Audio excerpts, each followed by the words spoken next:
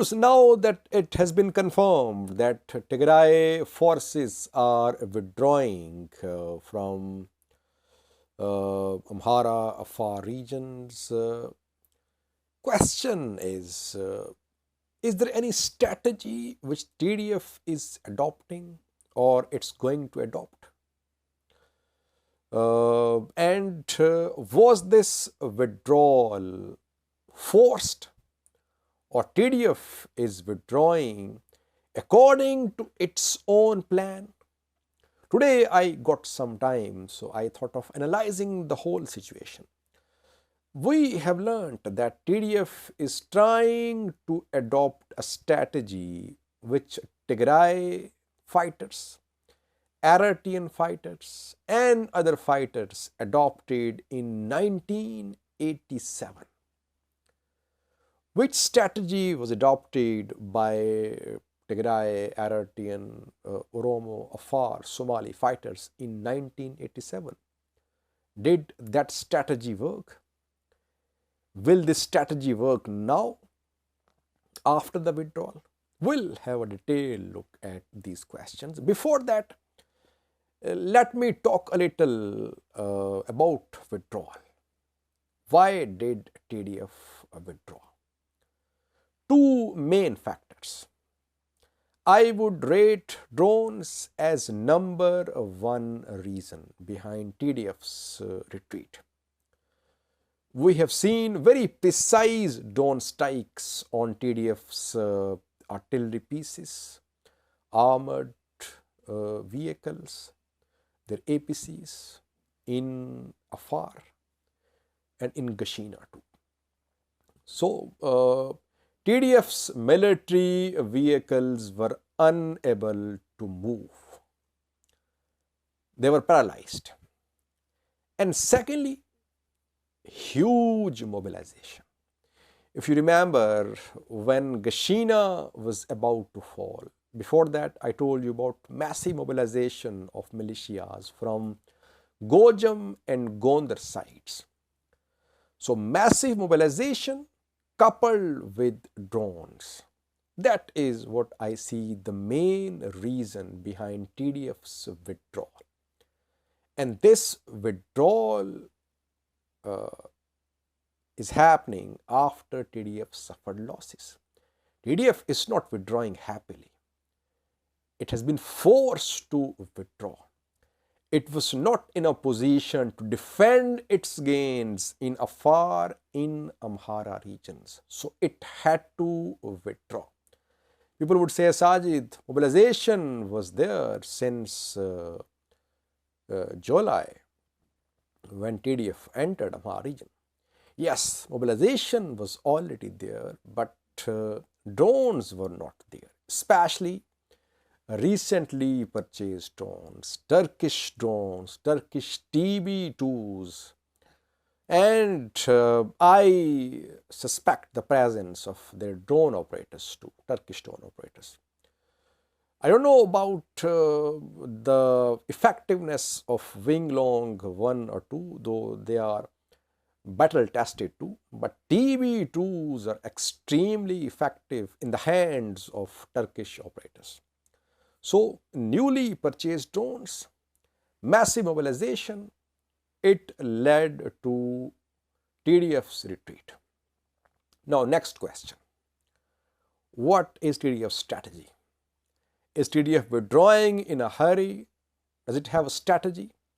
What was its strategy in 1987? It was from 1974 till 1991, Tigray, Eritrean fighters, Oromo, Afar, Somali fighters. They fought against Ethiopian dictator Mengistu Haile Mariam, one of the most ruthless dictators in Ethiopian history, perhaps African history. And there came a time during this civil war in 1987 when these fighters, Tigray, Eritrean, Oromos and Afar Somalis, they came under pressure because Mengistu's government was receiving foreign support as well. The Soviet Union was backing Mengistu Haile Mariam's government. So these fighters came under pressure. They retreated towards the north, towards mountainous areas. They took refuge in mountainous areas. They continued their struggle in those areas. Ultimately, they succeeded. In 1991, I think, they overthrew Mengistu Haile Mariam. So their strategy worked, which they adopted in 1987, because they were faced with a power which they were not in a position to counter at once. So they retreated, they fought in mountainous areas. They say that if your enemy is like a flood, don't stop it at once. Try to retreat, try to stop it at different places in bits and pieces. That is how you can stop it. If you try to stop it at once, you are in danger. And try to stop it at your convenient ground. We heard the usage of these words, convenient ground, by Debrecen Gabriel Mikhail, I think 2 days ago. He said, we will fight this war on our convenient ground. So that is the strategy which seems to have been adopted by Tigray Defense Force. They know that Ethiopian government forces, militias, much larger in number, supported by combat drones as well. So the best strategy now would be to retreat towards those places where Tigray forces can find shelter, where they can defend from drone strikes, and where they can regroup, reorganize, and try to continue their struggle. Next question, viewers, would be, will this strategy work? A bit premature to conclude about the outcome of this strategy, because the withdrawal of Tigray forces is still going on. They have left Kambolcha, Dassi. They're moving towards Vuldia. They have lost some places to the north of Dassi as well. Where will they stop? Which would be the convenient ground for them? Vuldia, Kobo, Koram, Alamata, Tambian.